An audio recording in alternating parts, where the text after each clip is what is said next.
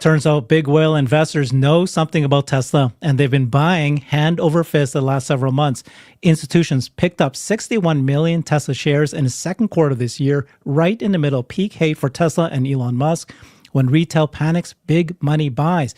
Vanguard, BlackRock, State Street, Valeo all bought more. JP Morgan Chase, they boosted their position 17%, now holding $15.6 billion worth of Tesla stock. We'll break down why the whales are loading up and why this might be the strongest bullish signal Tesla investors have seen all year. So we've got the bulls here with us today. We got Tesla boomer mama, the queen, Alexandra Merz. We've got Mr. Incredible, Jeff Lutz, the rational bull. And we got James, InvestAnswers, the analytical bull. Welcome, everybody. Hello. Hi, Herbert. Why are you not in black? You told us to be in black. Oh my gosh, that is funny. Okay, I'm going to run back and change. I don't actually know if I have anything black. Let's get started with you, Alexandra. You know, I've got, I actually have theme music for everybody. So we'll play that while we're talking. But first topic of the day is big whales buying. Alexandra, you had a comment directly from Elon. First of all, this is what we now know, that all of these organizations here have been buying this one company of Valeo 6,000%, 30%, 20%, 17%, and onwards. So you'll cover that with us and what's happening. But you also showed this, which is the short sellers. There's a number of folks that are short still. You gave the update. Elon said if they don't exit their short position before Tesla reaches autonomy at scale, they will be obliterated. What's happening, Alexandra? Well, that is correct. And I think it's very fair of him to say it. And the funny thing actually is, and we may get back to that a little bit later, is that may be a direct message to Bill Gates. I think he is still short. Nobody knows. I mean, if anybody pretends they know, bring me the proof, because I've been watching this for such a long time. I still think he's in there. And, you know, at least Elon will be able to point to it.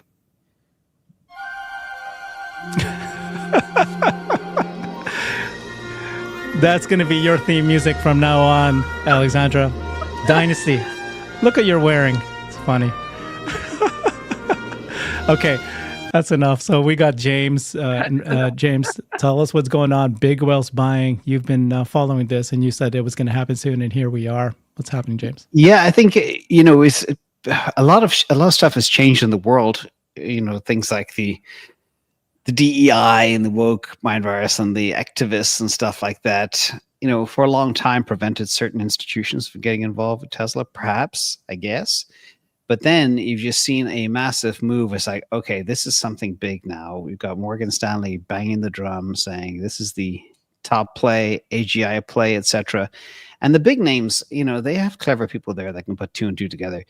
If I can model and you all can model and Sarah Basher can model, and if they glance their eyes at some of the stuff we do, they know they have to have exposure to this asset. There's nothing like it. I started putting together another one of those infographics of all the edges and advantages that Musk Industries has.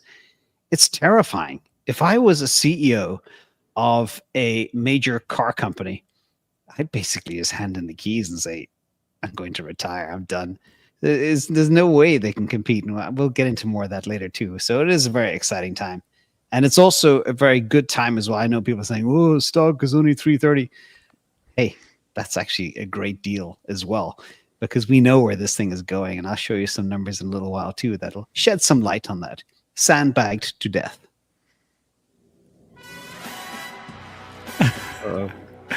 That's you, James. James Bond. Cool. Coolest guy I know. Coolest cat we know. This is for the Lutz, Mr. Lutz, Chicago Cup. Hey, that looks good. Love it. Good. Herbert, just get it James, out of the way. Yeah. Moving on. But James, are you thinking that so more and more institutional analysts will start buying? Like in this case, we saw I think at least one Valeo, like from zero, actually two of them, zero to now hundreds of millions of shares. They will need to have ownership of this. They can't ignore it anymore, or is this just a blip? Well, it goes back to if they've been around for say 25 years and they've seen the history of what happens at certain revolutions in time. This is the biggest one ever to hit the planet in the history of the world. If they go back and look at, say, the dot-com revolution, the people that made money there were or the gold rush, whatever, is the picks and shovels people. We already have that canary in the mine, and that's NVIDIA. And they've seen what that has done, and they all missed it. It was the retail investors like us that were riding the train. And now the retail investors are riding this train. And for the first time ever, there was an article a week or two ago about how Wall Street is perplexed, not perplexity, perplexed about how retail are jumping on everything before they are now. And it has them very upset. So now they begin to cast their eyes at people like you, Herbert, and your channel and saying, who are all these guests? What are they talking about? They don't look like dummies. Maybe they know something's up and we need some exposure. So there's nothing but goodness. I mean, if you take your pen and pencil out, fill in your little boxes, the results are incredible. And they also hear other people, like very, very smart old money, talking about this name. So it is the biggest AGI AI play on the planet. Alexandra, what percentage now is institutional ownership? Well, if we think about critical votes where Elon and Kimball have to recuse themselves, a compensation package or board remuneration or whatever else, it will be 56-44, 56 institutions, 44 for us retail shareholders. Now, you have to know that for a couple of them, we know we have solid support. Obviously, ARK, obviously Barron, but also JP Morgan, which is one of the ones who really stocked up. JP Morgan has voted yes in both 2018 and 2024 and has always been a loyal supporter of Elon. So I do believe that those cases we are not, we're not worried about. I think we get over 50%. Now, the question sometimes is, do we need 66%? I can't speculate on that until we have the proxy. It all depends on what they're putting in there. For XI, we may, because it's a shareholder proposal. So we'll see. But again, I'm just calling out to everybody, please make sure you vote. I'm profiting from this little moment. Please make sure you can vote. If you could not vote last year, or if you've never voted before, reach out now in the next 2 weeks to your banker, to your broker, and ask how you will receive the control number mid-September when the proxy gets out. So of course, they can't give you anything now. They can give it to you mid-September. You should have one control number per account in which you have Tesla shares. So if you have multiple accounts, you'll have multiple control numbers. So the best way to prepare is that. The second best way is making sure you actually hold those shares and they're not lended out. It's very easy. You just ask your broker whether they are lendable and make sure that they are not beginning of September. And then we all wait for those first 10 days in September. I think it's going to be a landing on September 8th, and you make sure you have the maximum number of Tesla shares on September 8th. Yeah, that's important. This is the list of the top shareholders of institutions that are holding Tesla. And you can see that Vanguard, BlackRock, as always, they've been, they keep growing as an organization, so they keep adding. But you got JP Morgan, 70%. Yeah. Can I add a comment here? Because in yellow, it says Norges Bank, which is Norwegian Sovereign Retirement Fund. Yeah. That has not gone from 0 to 37 million. It has actually gone up a little bit, but they don't report every quarter the same way the 13F reportings are done for US entities. Sometimes they do it confidentially, sometimes they do it late. And then so once the 0 is in the system, it's in the system. So don't think they stacked up now. They didn't sell. Lots of people were speculating whether they sold in September and then again in the first quarter this year. They didn't sell. It's just that some quarters we're missing numbers for them. It's steadily going up. They've increased a little bit. Most of those funds have increased. And the most incredible on this chart is actually the last line, Valeo Financial, which is a little firm, I think, in Indiana. Wasn't it, Herbert? I think I sent you the information. Because they went from barely nothing to now 3 million shares, which is, for a small firm like that, a lot of money, heck, a lot of money. It's, Cern Basher, who's a financial analyst, he said that these guys are financial advisors. And so it could be that they had like one client that came in that had all these shares, Could be. I mean, I think it's worth contacting them and see whether they want to come and discuss it with them, because they seem to have a real investment committee where they, discuss stuff. If it's their personal decision and then they shifted client funds into it, that would have really been making a big difference. Okay. So, Jeff, is this a trend? Is this something that are we seeing more and more buying in and starting to buy? Or is this just, again, a blip? Or, there's always buyers and sellers, and it happens that this quarter we had more buyers. You're on mute. yeah, there are a lot more people entering into the market now, but we've always said that this wasn't going to be some watershed moment of, everybody just running. The market's going to move ahead of of the actual print when we start seeing autonomy actually make a huge impact in the print. The market's going to be well ahead of that, and they're looking at things. This is why there's analysts that are being sent down to Texas and of course in the Bay Area that are using the service, that are writing reports on it. There's a lot of work that's actually going into this. Now, we've been talking about this for some period of time, but I firmly believe that the markets are going to move ahead of this. I don't even think this is a very big move, to be honest with you. I think there would be much bigger moves coming in the future, because again, we have these overlapping things happening, actually 3 or 4 overlapping things, both with the energy ramp, and then we've got autonomy, and then we've got humanoids in the future coming. So, and I think at some point the ramps of all 3 of these are just going to be one on top of another. And I do think that the core hardware auto industry, where Tesla gets most of its revenue today, I do think that's undergoing a massive transition. And what I don't think is properly accounted for is what is happening to Tesla's competitors out there. Yes, everybody can be hyper-focused on Tesla and its multiple. They're having the wrong conversation, I think, because Tesla's not valued in that manner. It's valued on its future cash flows. It's not valued on how many cars went out the door today. So I think we have these 3 major industries overlapping and ramping. And don't forget about the auto industry and what's happening outside of Tesla. We're going to talk a little bit more about that later.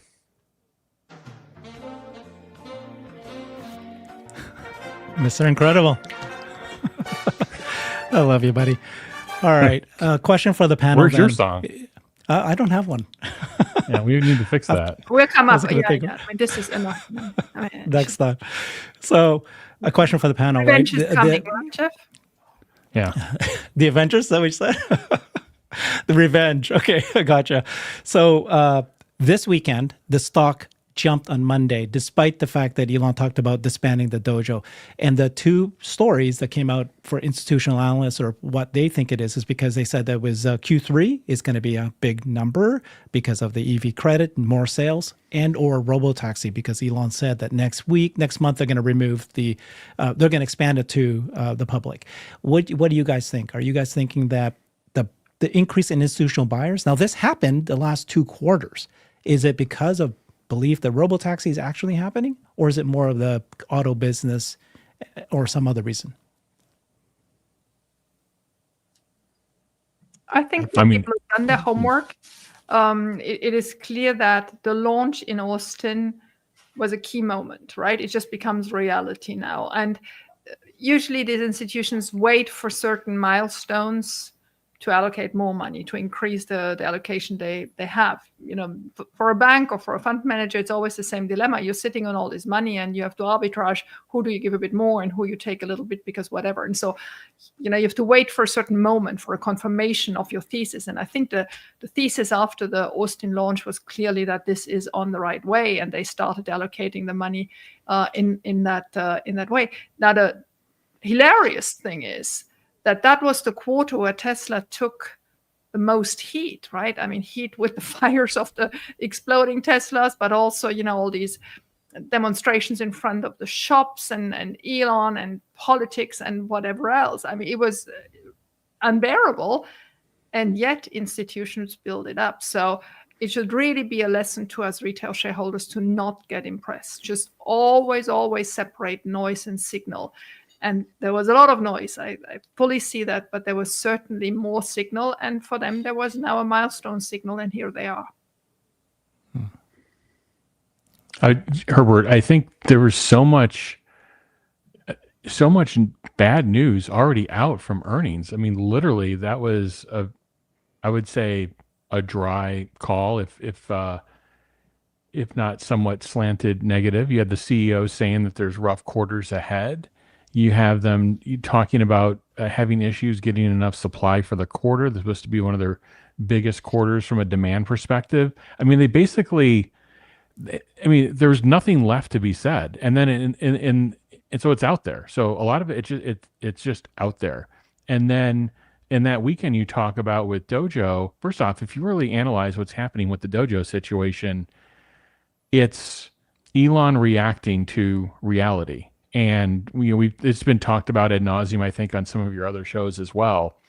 But this is what you actually want. You want capital. You want your CEO working towards capital preservation, not worrying about sunk costs. But in that same weekend, by the way, I'm not saying that's all roses and everything's perfect in Dojo land. I think there's uncertainty, but I think Tesla and Elon know what they're doing. And as soon as they saw AI6 and its performance and its capability and where the pendulum of inference and training is going, I think they knew what decision they had to make. So put that to the side. In that same weekend, Elon announced that they're going to go basically and open up the ride-hailing service to everybody in the areas that it's launched in. So it's not going to be invite only. So that's another milestone of both confidence in what they're seeing in the data and expansion. And of course, Elon talked about the next FSD 14 release. I don't think the market necessarily reacted to that because there's always discussions about the next release.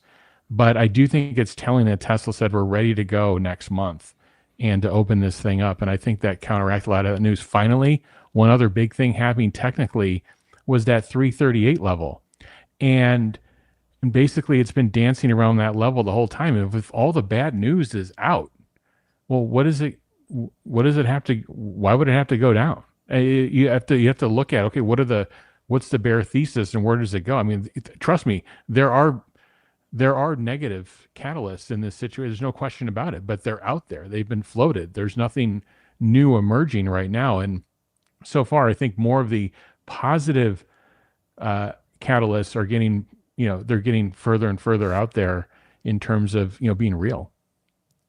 James, you put together these slides. Can you explain it? Like we've been range bound for so long, and now we possibly breaking through. Is this the sign? Yeah, and just to double on what Jeff said, it was dead right. I mean, literally, the sky has fallen on the stock in terms of bad news, and the stock didn't go down, and it's under complete accumulation the whole time. It's kind of bonkers. That is the most bullish signal you could ever imagine. But last time we were together, I think it was for the earnings call, I had this chart, and it was a wedge, and I was like, I think we're going to break out of it.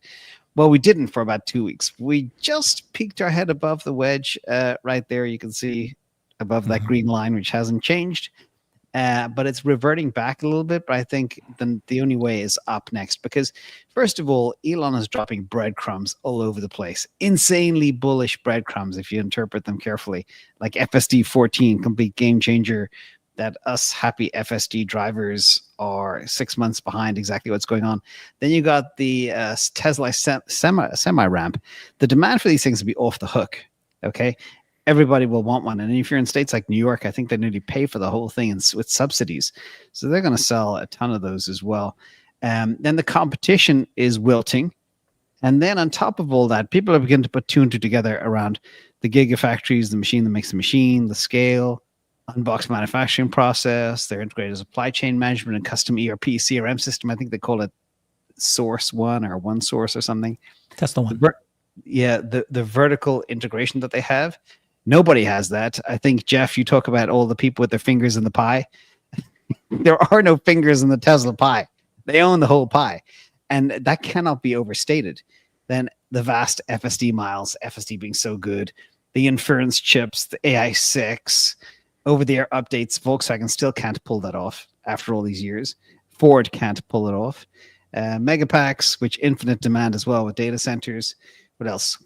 Global gas stations around the world, the supercharger network. I mean, it's just, as I say, if you are CEO of another car company or another company, you must be terrified right now. In fact, there's just some breaking news that the Lyft founders just quit. So... because I think they're surrendering. Everybody's waving the white flag right now. They know what's coming. And there's no competing with Robotaxi. I think everybody has figured that out right now. And I have to add something that is purely mechanical, but it helps us in today's period where the indices are at the top. These periods usually lead investors like sheep to go into stuff that is successful. Well, those are the funds that have a certain percentage, S&P 500 funds, whatever, of Tesla, and then the fund has to buy proportionally all stocks. So this is not a new asset allocation, but those funds increase and have more inflows. And that was particularly true yesterday for the ARK funds, which are not index funds, but they got such big subscriptions that over the last 3 days in ARK-K, they bought for more than 150 million Tesla. And so those are big purchases. You don't see those in those evening emails because they're not allocation strategies where they just allocate more to it, but they proportionally increase it. And since the fund increases because people now start believing into the ARK funds again, well, that is more purchases of Tesla. So you have two effects. You have the directly related Tesla effects where lots of good news is coming together, which is laid it out in all 3 fields, in all 4 fields.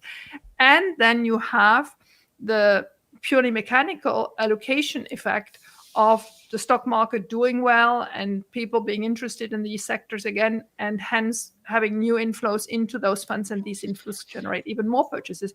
So it really built a heavy socle, a heavy support line on Tesla stock price. You all know that I'm still waiting for my last $30,000 of my 401k to finally invest. And I was waiting, and I'm still waiting, but I'm sort of getting impatient now. I just think it has to be done, especially so we have more voting power.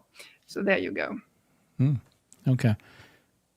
Yeah, let me play the part of let's call it a baby bull. Not so bullish as you guys sound to be at this point. So people are saying, okay, Robotaxi, but it's very slow growth, right? You still have safety monitor. You still have a ride-hail safety driver in California. They're going to expand, but very small number of vehicles. They have not gone beyond 10, 20 cars. This is not quite yet where we're going, and we're not expecting it to go beyond that by the end of this year. You've got the Optimus. It used to be he was talking 2,000 to 5,000 vehicle bots. Now we're not likely to get more than 1,000. If we're lucky, we might see the Optimus version 3 by the end of this year, but we're not going to see huge numbers of that.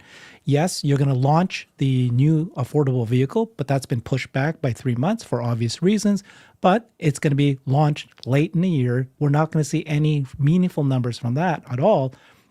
So you're going to have a Q3 that's going to be great, but that's already built in. People knew why that is. It's the IRA credit. Q4 could be soft again. So if you take a look at that perspective, maybe Tesla's not, it's going to be another wait and see for the next 6 months until next year. Any response to that? Yeah, I do. Oh, very well. A couple things. Sorry, Alexandra, you want to go first? Go ahead. I just on the bot. This is another thing that's even in the bot analyst community is sorely misunderstood, and I think I can explain it. So first off, I think there are real issues going on with bot manufacturing in general, the development of the supply chain, and what's going on behind the YouTube videos. That I think everybody's been lulled in this false sense of they see a video playing and they think the things in the bot look shiny and it's ready to go.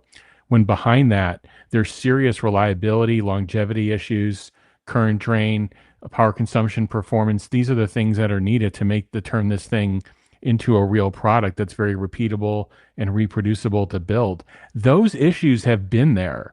And just because Tesla basically said, hey, wait a minute, I don't think we need to be building as many as we are this year. And we're, that is a definite shift. There's no question about it. First off, it's not really been in a lot of anybody's near-term 2025 or 2026 numbers. It's been at a very small level. That's why the stock price didn't react to some of the Optimus news. But this is the thing I think people are missing. Tesla knows what end state looks like in mass production. They know what getting to volume production looks like. They know how difficult it is. They know what can go wrong. And what they do is they bury all that risk and they burn all that risk earlier upstream into their development and design for manufacturability processes. So they're seeing things. If Tesla's making this move, and by the way, we know they're building a very useful bot. We know they're building a very capable bot. All I will tell you is that a lot of the other companies that I see in this space that are also gearing up for production may not have experienced what mass production volume looks like building something of this complexity. I'll just leave it there. I'm not trying to cut down any one other program or another. I think they're all have different strengths and weaknesses, but I think Tesla is going to be keenly aware and sensitive to what a mass production environment looks like and what it requires, and self-regulate themselves faster than maybe others in terms of seeing what's going on with readiness of the bot. I mean, I think others can address some of the other things. I think they're fair points, by the way. I think any stock you own or anything you invest in, you should understand the other side of it and the bare thesis of it very well. So I think it's very appropriate to raise all of these issues. And Jeff, as usual, very well said. But the quality of everything that Tesla makes is mind-blowing. I've had a lot of cars over my life. I've had a Model X for 6.5 years now, exactly. I got it in April 2019. Never had a problem. Nothing. The only thing I've done is change the tires. I'm actually concerned about it. It's got to be, how is this even possible? It's just incredible. The quality of what they put out is insane. And it's also a very high-performance car. Who can compete with that? And I think we're beginning to see a lot of the legacy automotive competitors hit the wall. And they're beginning to raise the flag, as it were. There was a big one you probably saw. Alexandra, the CEO, Ola from Mercedes-Benz, said Europeans' car industry could collapse by 2035. Probably sooner. It's going to collapse anyway, but now it's going to try to blame the EU for it collapsing. The funny thing with the European car makers is these new cycles are cyclical over the year, and every end of the summer, and it must have to do with subsidies. It's not possible otherwise. You have this, we're in a crisis, we're dying, we're asking for subsidies from the European Union, we're asking for delays phase, where you have all these coming to Jesus moments, and then suddenly it goes down again, and for 9 months you don't hear anything anymore. This is at least the fourth, if not the fifth year that I'm witnessing this. They don't believe it. The press is still pretending that Volkswagen Bosch Corporation that they now have put in place. I mean, remember that Volkswagen had at one point, I think 5,000 IT people that were supposed to get their IT softened out, and then they threw them out. Then they had another 500, and then they threw them out, whatever. So anyway, now they're doing it together with Bosch, who is not getting anywhere either, but that doesn't matter. Two blind people will certainly get there together. But anyway, so they are, just hold your breath because you're going to applaud. They are now level 4 autonomy. No, I don't hear the applause. Why are you not applauding? Anyway, Herbert's behind in the soundtrack. Boy who cried wolf too many times. Yeah. So they believe that they are in Germany, and they put that in the press, and the German reader thinks this is correct, and they have no clue, and nobody does any critical thinking at that level. I mean, I know that we have a lot of German Tesla fans who understand it, but in that level of the press and of the industry participants that talk, I'm sure they understand, but what they talk is, this is it. We're the gold standard. We've figured it out. And there you are. You know, I have the issue in my own family. My brother is very close to this whole field, and he believes it. He thinks we're all crazy. So may as well be. Okay. Let's I mean, yeah. Where do we go next? We can continue. So, while we're on the subject of legacy auto, if you go to slide 9, I just want to rant for a second. Yeah. And I was absolutely deeply disgusted and offended. I think it's slide 9. This one. You know, the Ford Universal EV platform was just so egregious. It was almost borderline criminal. They cribbed the entire unboxed Tesla playbook. And then they had this engineer talk about the structural battery pack as if it's their idea. Why is there no outrage against this? Imagine Tesla copying somebody and doing that. There would be outrage, but it was just literally verbatim from beginning to end. 3 years later, cribbing.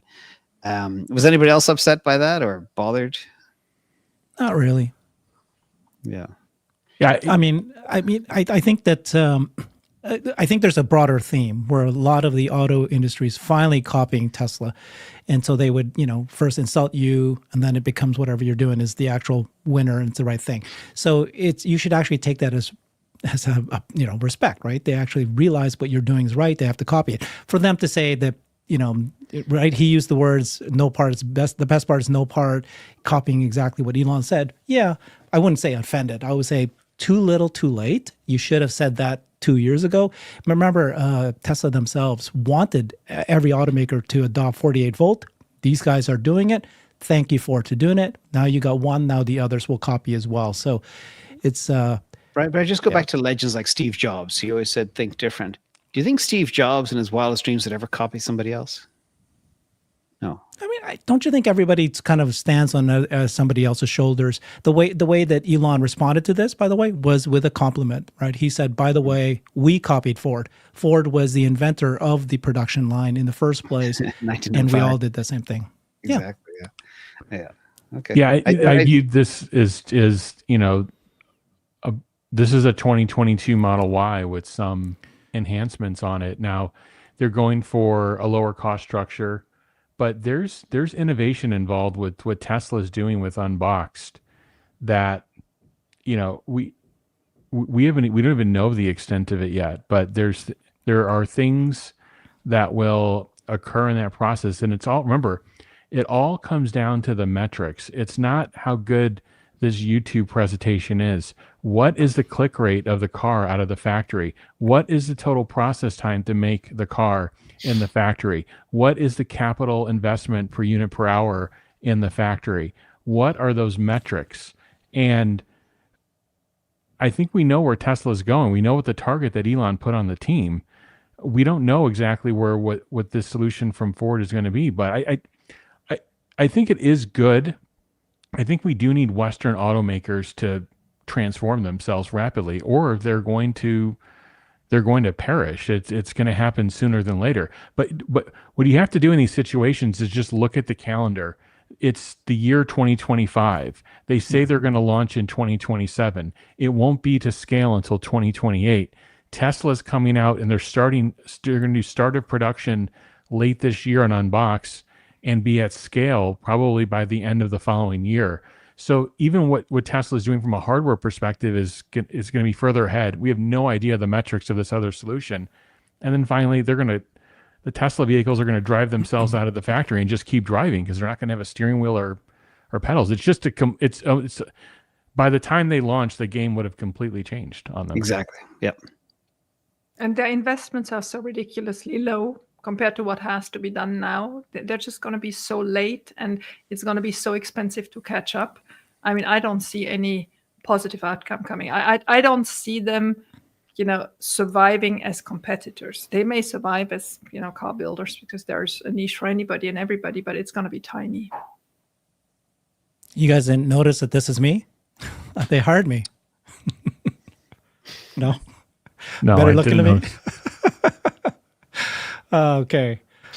What else? Do we guys want to cover a little bit more of the big whales buying Tesla shorts, or do we cover that already? You have a new valuation model. Yeah. So I've been, that would be slide 5, I think. One of the things I'm trying to do is I have become a lot more bullish, and I've been modeling Tesla since 2017. But we've worked on modeling together, Herbert and CERN and others. And what I decided to do just in preparation for this, I decided to sandbag a model to death and not even include cars, but just look at FSD uptake, Robotaxi, the semi-truck, the mega pack, and Optimus bots, just things that don't even exist yet, and be extremely bearish with my forecast. And then I calculated a whole bunch of units, margin on those units, PE ratios on those, etc., and came up with a stock price. And this Robert, is take your logo off. It's your logo that's killing everything. But basically, it's kind of funny because I basically turned off the other lines of business, just left these ones on, and sandbagged them as much as I possibly could. And then I came up with a very conservative price target, share price for each of these lines of business. So FSD with a whole bunch of uptake units, like nearly 5 million cars, will pay for FSD at a very low amount, which I think would be a lot more expensive in time, will only attribute about $189 to the share price. Robotaxi, I believe there will be 1 million of those running around in 2030. Actually, there's going to be a lot more because they're going to be making 2 million a year. But again, this is sandbagged to death. The profit they'll make in that is about worth $2,587 per share price. Semi and van, $85. Megapack, $223. And finally, bots, very, very slow ramp, assumed only really beginning in 2029, 2030, $438. When you add these together, ignoring all the existing car business, etc., right now, you get to nearly a $3,500 stock price. And I think that's interesting because, again, sandbag to hell, ignoring the core business, you get to a 10x from where we are today. So I thought that was interesting. You should have sandbagged it to death. So this is what other people will say. FSD does not exist, doesn't work. Robotaxis do not exist. What they do you don't mean? work. Semis are impossible to ever make. You can't have a bigger battery for longer range. Can't be done. Megapack, there's these energy. There's lots of competition. The price will be competitive. And Optimus bots, lots of competition. It's a commodity. And by the way, there's only a maximum TAM of 1 million of them because that's how many industrial robots are out there. That's what they say. So 0, 0, 0, 0. It's bonkers. But anyway, just to give people confidence, like to be able to do a 10x on a stock in 5 years is a very mind-blowing return. If you're playing with leap options, it's even more mind-blowing. And again, I guarantee you it's going to be a lot higher than this. And that's the crazy world. And this goes back to our very first topic we discussed today about the Wall Street, TradFi, the whales coming in. They're beginning to see this and forecast things forward. And I think that's the big tipping point. I think some of them are. The smart money are. The Ron Barons has always been an absolute legend, and he saw it very, very early. But now there's people that know Ron Baron, and even Deutsche Bank getting to over 10 million shares. They added 20%, I think, last quarter. They're a very conservative shop. For them to jump in like that is pretty impressive, and many others, because they're beginning to see, okay, what happens if all these bubsies on YouTube are even 10% correct? We got to get some of this exposure. That's you, Herbert, the bubsy. I'm the bubsy. Definitely. I mean, the argument against that, again, and I'm playing this role today, is you hear people, a lot of the institutional analysts, I can name them names. They will say, I believe in robots. I believe in a robotaxi. I believe that you need to go 10 years out and do cash flow, discounted cash flow to today.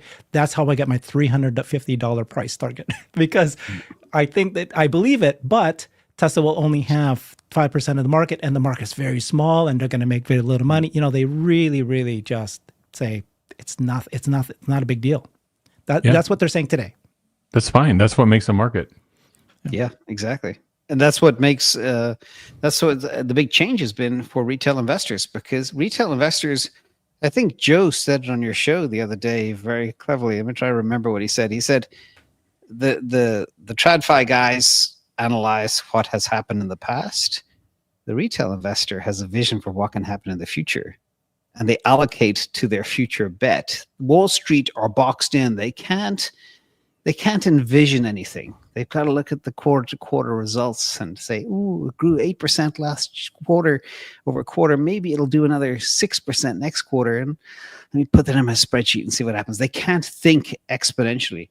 And that's the easiest way to explain Tesla to people is they'll soon be able to make a car for $15,000 that'll generate 50 grand a year. That's it. You just say that to somebody and they say, oh, that's an infinite ROI. I get that. And that's it. But Wall Street still doesn't get that, which is great for us, retail investors. Fantastic. It's a dream. And I want people to realize that. I think you shouldn't say Wall Street doesn't get it, because obviously some institutions are clearly getting it. Yeah. And I think some Wall Street analysts clearly get it. I mean, Alex Potter is clearly getting it. And there's Adam Jonas in his own way is getting it. And he did a very good and very convincing video on how he sees the futures with robots. So I I think there is a there is Adam Jonas. I have a slide on him actually. Slide, and people should read that out. Slide 20, if you may. Herbert is so profound. Now, when I was painting with a broad brush, Alexandra, but 90% of Wall Street have no clue. There are exceptions, but this was from Adam Jonas. I think this is what you're referring to, and he is very eloquent, and he nailed it. You know, going back to 1903, imagining would people be comfortable in an airplane? Of course not. They can't imagine that. You know, it's like Henry Ford asked, "What do you want for transportation?" "I want a faster horse." They couldn't even comprehend what a car was. And that piece about the numbers that he applied to this, I actually embrace those numbers and believe them very well, maybe even more extreme. One humanoid robot at $5 an hour can do the work of 2 humans at $25 an hour. And an net present value of a robot would be $200,000 per bot. Bonkers. That's all you need to know. Same thing with rideshare. We're going into this exponential world. I think it was Peter Diamandis says, the next 10 years, we'll see 100 years of change. And that's the other element here. So it's coming. And I still don't completely agree with you on the 90%. I actually think it's a very small number, but vocal, of analysts who pretend they don't see it and are stuck in telling us all the time what is not confirmed yet and whatever is coming. But they're vocal. They're vocal, and they have their platforms because journalists love listening to them. I mean, you will see that, Barry Glack. And Ives, he has to fight to be on CNBC and be as outspokenly positive about Tesla. It's much easier to win airtime. And why is it important for analysts and fund managers to have airtime? Because it brings them new clients. So this is a game. This is not about them being convinced of what they're saying. It is about them catering to the people that will give them airtime, because that will bring them money to manage, which is their source of income. Exactly. And 40% of CNBS, their budget comes from big auto. And considering Elon is killing big auto, he is persona non grata. So if anybody throws mud at Elon, welcome on the show. We love you. You know, it's the same thing that's been going on for years. So anyway, we're off on a tangent. And I mean, and the reality is very twisted. This morning, we were all participating in a survey from the information. The information pretends, and I think they can take that part of doing more hardcore big research before they publish, right? They're not running into the speed trap of having an article out the second news breaks, but working on them. And then some of the stuff is good. Remember when I did my little expose on skunkworks from Ford a year ago? That was mainly based on information that I got from the information. But I mean, lots of stuff is very tinted, and they hate Elon. There's no doubt about it. James, you're completely right. So this morning they sent to all the people that are paying, like me, idiot, for their annual subscription, a survey on full self-driving vehicles and companies. And in that survey, it was clearly tinted that one of the questions, number 7, didn't even have Tesla as a choice, right? And you will see, because you could sign up to get the results, that in the results, it will say that most people know Waymo. Yes, of course, because Tesla was not a choice in that table, right? So and then that article gets taken by a lot of other journalists saying, oh my God, all these people, they only know Waymo. Well, because Tesla was not named there. So this is a game, and they're all playing this game. And they're not stupid. They know darn well what they're doing, but they're all playing one into the hands of the next one, and then gets amplified, and then there we are. Yep. And we can only either see through it, fight it. Days that we have time to fight it, let's fight for it. But best thing is to just ignore it. And they are not dying quick enough. I had hoped media was gone by now. It's not. They're all still there, and they're still all doing the damage they can make. And they're getting more bitter and more desperate as every day goes by. I just canceled my 25-year Bloomberg, maybe 30-year Bloomberg subscription the other day. I learned a new word, which is an old word, but I didn't know it, which is sourpuss. I think they're all sourpuss. Yeah.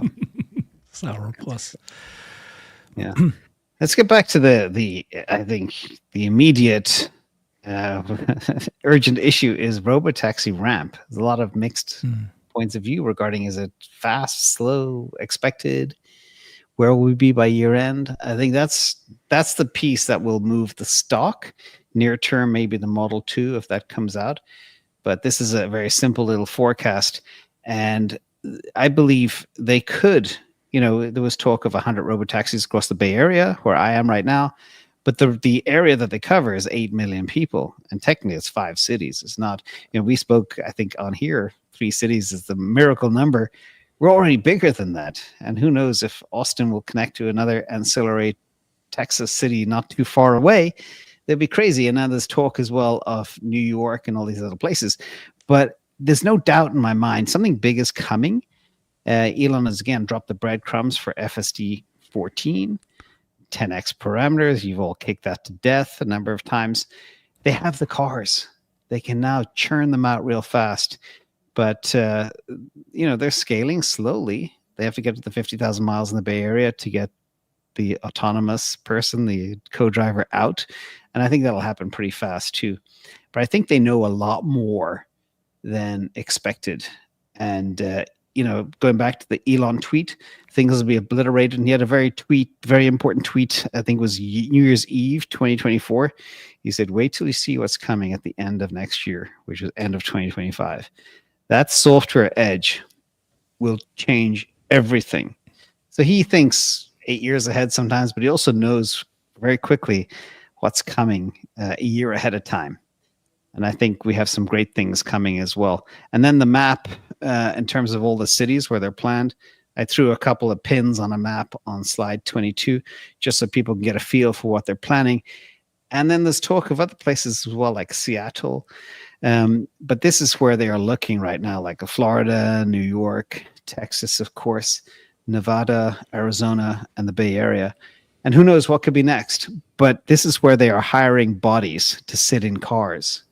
This is with a lot of intent. So I think it could be. James, when you hear Elon saying by the end of the year it will cover half of the American population, do you believe that or not?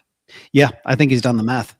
If you imagine the concentration of bodies, what is it? 90% of people in Canada live within 100 miles of the border, and then the city concentrations. If you cover big metro areas, so talking where Chicago is, where Jeff is, where I am, maybe LA close to where you are, Seattle area, New York, Miami, Texas, that's it. You add all those cities together and you throw a 100-mile circle around those places, you've got half the country. So you do not. My prediction, though, is that those will be ride-hail services. There's a human driver, but there's a safety driver. But just remember, people are like poo-pooing what's happening in California Bay Area, but because there's a safety driver. But these guys are not actually driving; they're supervising. The car is driving by itself all over the place in Bay Area right now. Of course, we're all driving all over wherever we're living as well, but I do think that the important thing that you heard was him saying that FSD 14 is going to be the 10x parameter. That's going to roll out to all of us, including, of course, the Robotaxi people, by the end of next month. So for me, that means that it's very unlikely, I think, that you're going to see the removal of a safety monitor in Austin until after that software is in place.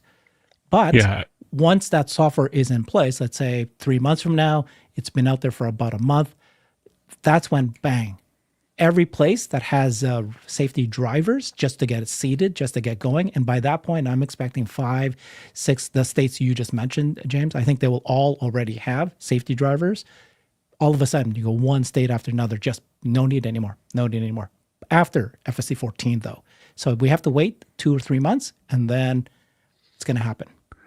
Yeah, I largely agree with that, Herbert. And just from looking at this, companies gauge their enterprise risk, and when they're launching a safety critical platform like this, they make calculated decisions. So the way I think this is going to play out, forget about the version of FSD. Tesla is going to ramp all of these locations with a safety driver in it, and they're going to normalize the site, the usage. They're going to normalize Tesla robotaxis running around with nobody in the driver's seat, or somebody in there but nobody driving, and then they're going to pull them out over time. It's of course going to be measured by the quality and performance of the software and the capability of the software, and that could be FSD 14. But here's the play: stop asking like one of the safety drivers coming out when they're coming. They're going to be in every city, and they're going to stay in, and they're going to normalize Tesla robotaxis being all over the roads, and then they're going to gradually pull them away. Because if there's an issue, and there will be an issue, if there is an issue, Tesla can say, hey, look, we're doing this the responsible way. We have a safety driver in the vehicle.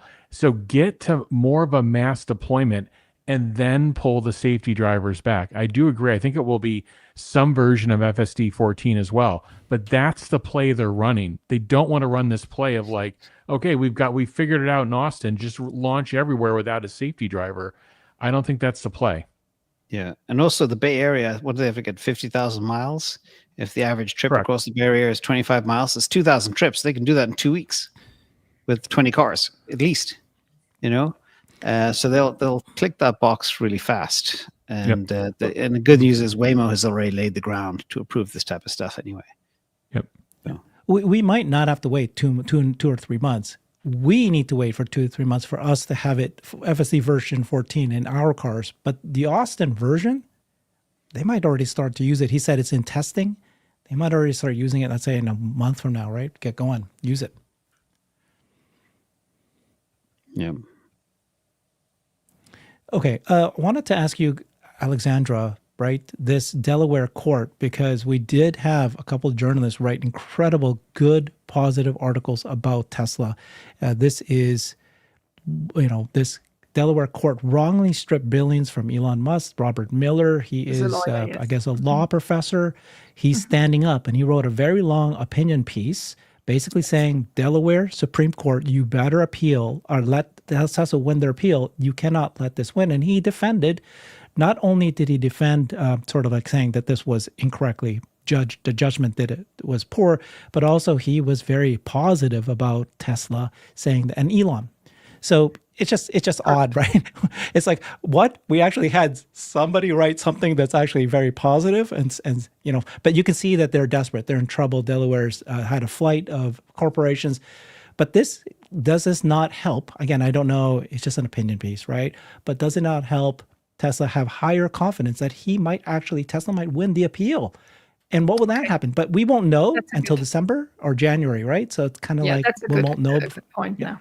Yeah, and you're right to point it out. Let me state where we are and what will happen. So we finally have a hearing date, which is the 15th of October. It's a hearing that will be streamed, so you can all listen to it. It is starting at 10 a.m. Eastern time.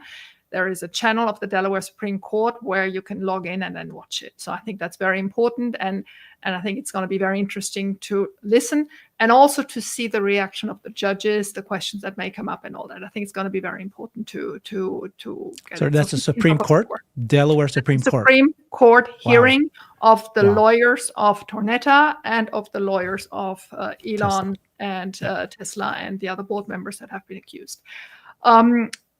What can come out of it? So the first thing is, usually they have a deadline of publishing a verdict in 90 days. So that will be mid-January. Some people speculate it may go quicker because they're all fed up with it. I don't believe that. I think this is such an important case that they will take their time. There are 5 judges. They usually come to an unanimous decision. And so I do believe this is, this is critical for them in a lot of ways. And you're right, it's also critical in terms of Delaware's reputation. Delaware's incorporation, meaning when a company sets up, has to choose in which of the 50 US states it goes, went down by more than 7.7% over the last 2 years. So they're already feeling that. Then on the other side, there are big companies who have left, and more will leave. And if this appeal court judgment does confirm the Chancery Court fully, like does not modify anything of the Chancery Court's decision, which was really nicely laid out why it is so wrong in that article. So if they don't invalidate it, I think a lot of people will leave. And I actually would like to call out all financial analysts.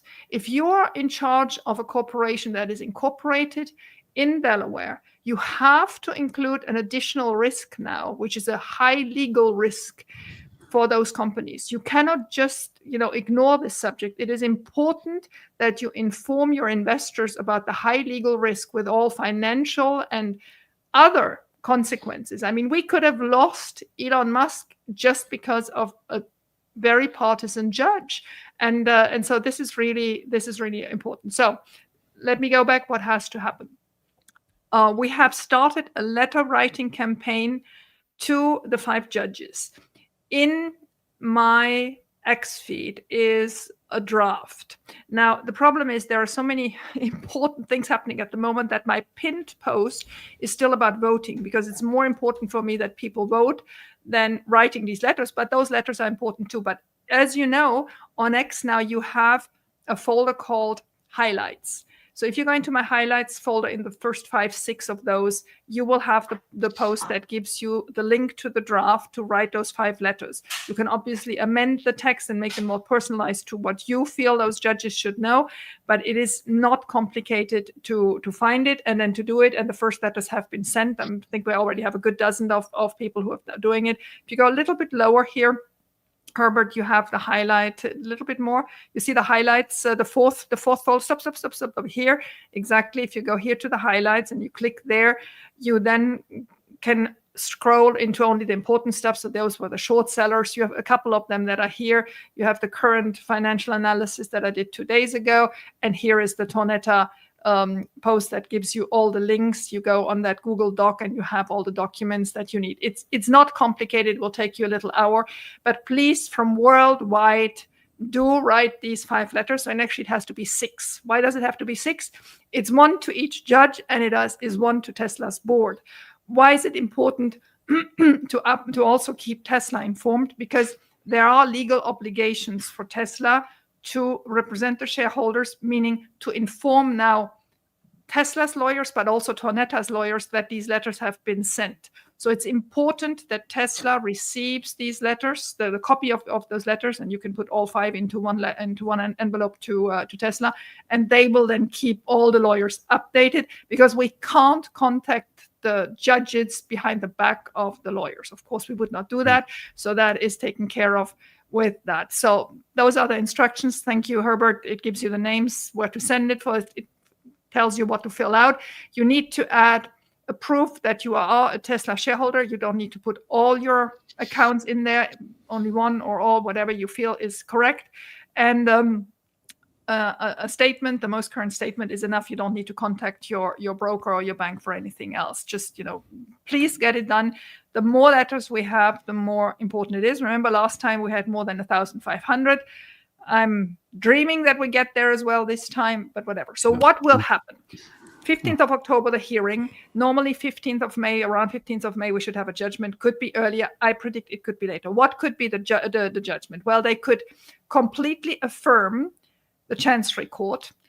I hope not, but there's a 30% chance that is the case. I would be highly surprised, given all the legislation that changed since in Delaware. That doesn't apply to us because it changed after us. They felt the Delaware legislator felt that they had to correct the law so that the judge could not do what they did with Elon, but it doesn't correct the Elon case. But anyway, they could affirm it. There's still a 30% chance. There's a 40% chance, in my view, that they will completely object it and give a completely clean verdict that we're out of this case, that Tonetta is lost. That would be perfect. But there's also a last 30% chance that they want the Chancery Court to modify.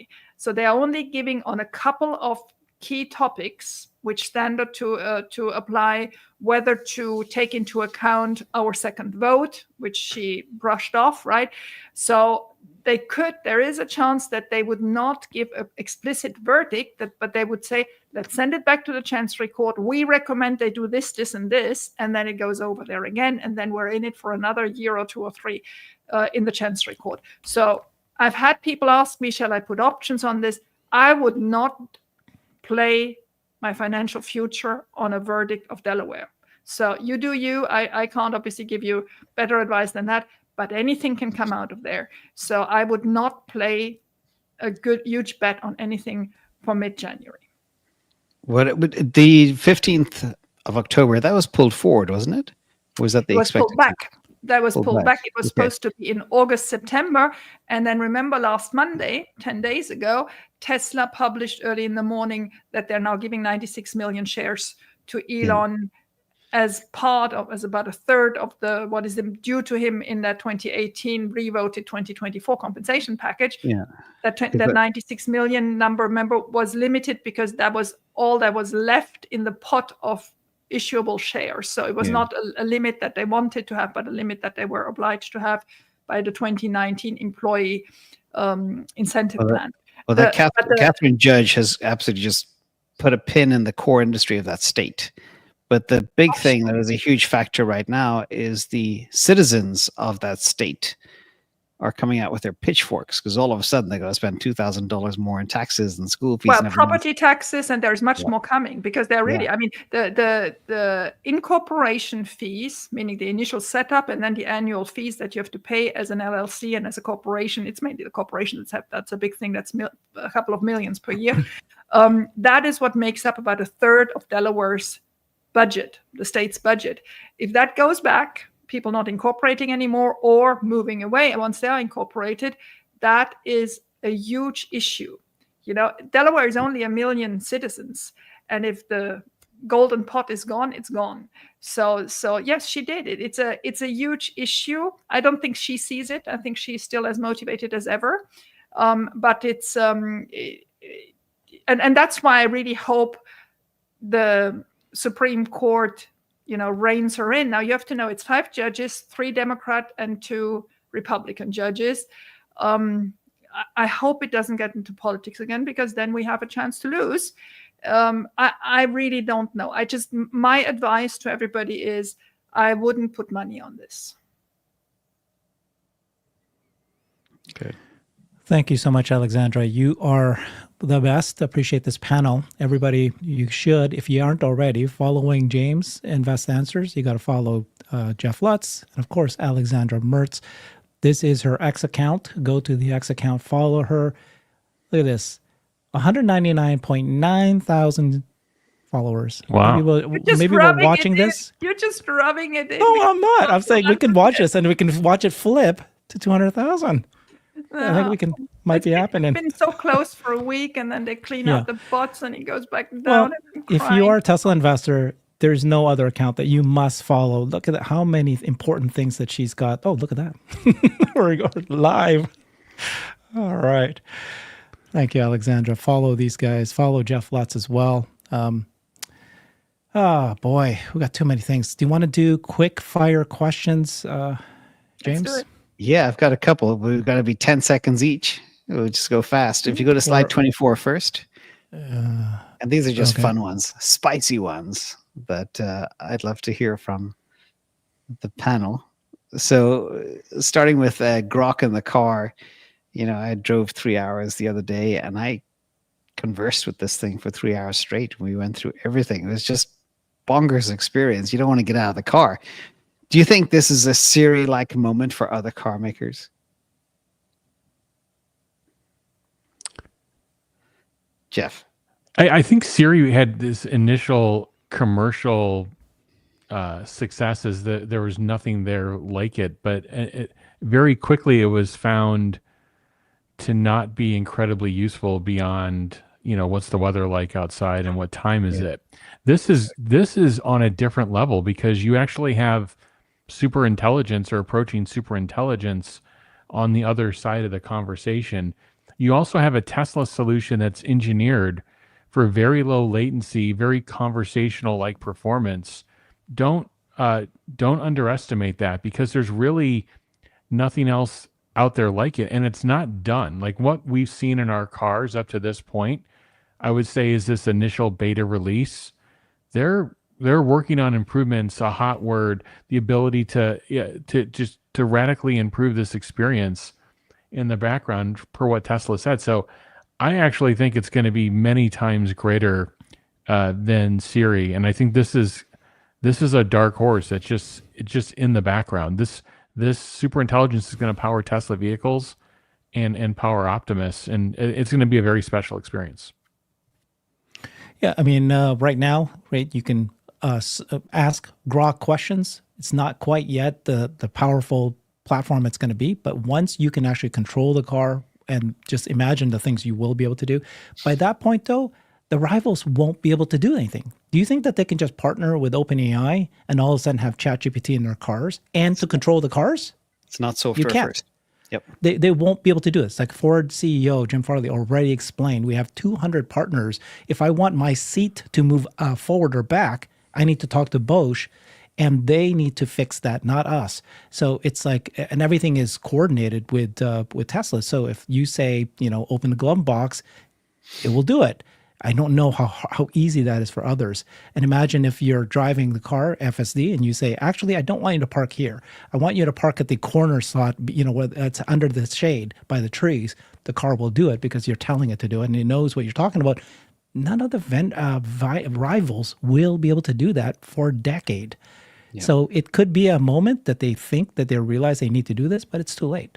Hey, Herbert, just one thing. I know this is supposed to be quick fire, but if Tesla doesn't tell this story, not enough people are going to know it. And I think it's instead of this turning into a should they advertise or not debate, I think I've always been in the position of Tesla should go market test the data and the awareness of their product and their features. And they kind of already announced that on the earnings call based on the awareness and understanding of FSD. So I actually think there should be some amount of pressure saying, okay, now that you told us this, what are the real tangible actions to not the stuff you've been doing for the last year, like putting it on service vehicles and putting these pop-ups in what are you doing to really drive the awareness of all this R&D and all this capability you put in the vehicle? Because what you described will happen. Ford will partner with OpenAI, and there will be some big flashy announcement, but the actual system itself won't have the capability or the performance of what Tesla is doing, but they'll get all the attention from it. So I think this is a really important moment for the company. Now that FSD is performing the way it does and what they've said is coming in a matter of weeks or maybe a few months, this whole, how are we going to tell the story thing, I think becomes more paramount for the company than maybe ever before. Yeah. And it goes back to real basic principles. A car with superhuman intelligence and it drives itself. Nobody else has that. Alexandra. Yeah, I mean, I'm a bit heartbroken because I know they won't do it, Jeff. But I agree with you. They should. It's one of those things where they are very stubborn. Maybe the moment will come. I mean, the good thing is I do see them now on other social media platforms advertising a little bit. I mean, it's still very timid. And we've heard Elon often enough say when the service and the product are good, that speaks for themselves. But I do agree with you. We're leaving all this space empty to competitors who, don't even reach 10% of what Tesla is capable of doing. And it's a little bit of a shame. Yeah. This next one has been on my mind for probably 6 months, maybe a year, and it's the power of the inference within the cars between Starlink, the global comms network, and the AI 456 in the cars. You've got nearly 10 million, soon to have nearly 10 million rolling inference data centers. And as Jensen Huang said, I can't remember his exact quote, he said, inference is 1 billion times more than compute. Yep, what do you guys think? Am I dreaming here? I see more people are beginning to talk about this now, but it would be great if it works. Yeah. Well, I just for people to know, Tesla's current comms in their vehicle are very inexpensive. Their modem is a very inexpensive solution, and I think there's a reason they haven't jumped to 5G. I do think that they could very inexpensively upgrade and have Starlink capability in vehicles. I think they're just working on, quite frankly, getting the system more fortified and capable. But I think it could be something in Tesla's future. I think just right now there's enough in these vehicles for them to sell themselves for a very long time. But yeah, I mean, this could be a whole other thing behind it. It's been hinted at. It's been discussed.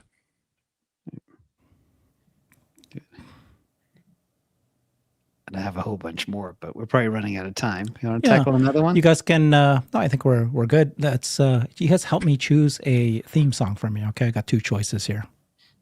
Okay.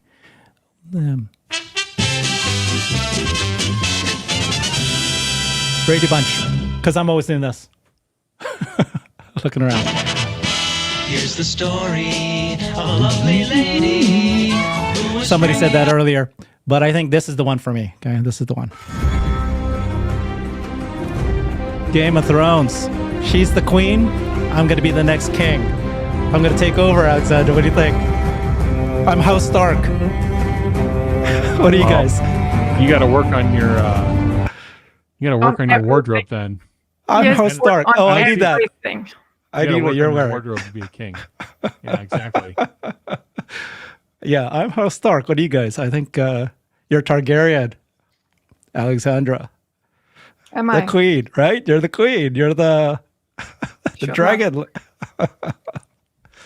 You're the producer, capitalist, and we're the little slaves here. James is like, I could have done another quick fire question, but Herbert had to give Yeah, us I a don't theme understand song. any of this music or the shows you're talking about. No clue. All I mean, right. I think we should make sure the public understands, what you make us endure. It's Oh really no, that's not true. Come on, Smiles, nicest guy there is. Come on, you know that. All right, thank you, everybody. Stories will Follow come this out. panel. This is the best They will, panel there sure. is I on get those Tesla. pictures. Tesla Bulls. Don't. Yeah, this is a great channel. Thank you. Follow everybody. We see you guys again next week. Bye all. Thank you. Thank gang. you. Bye.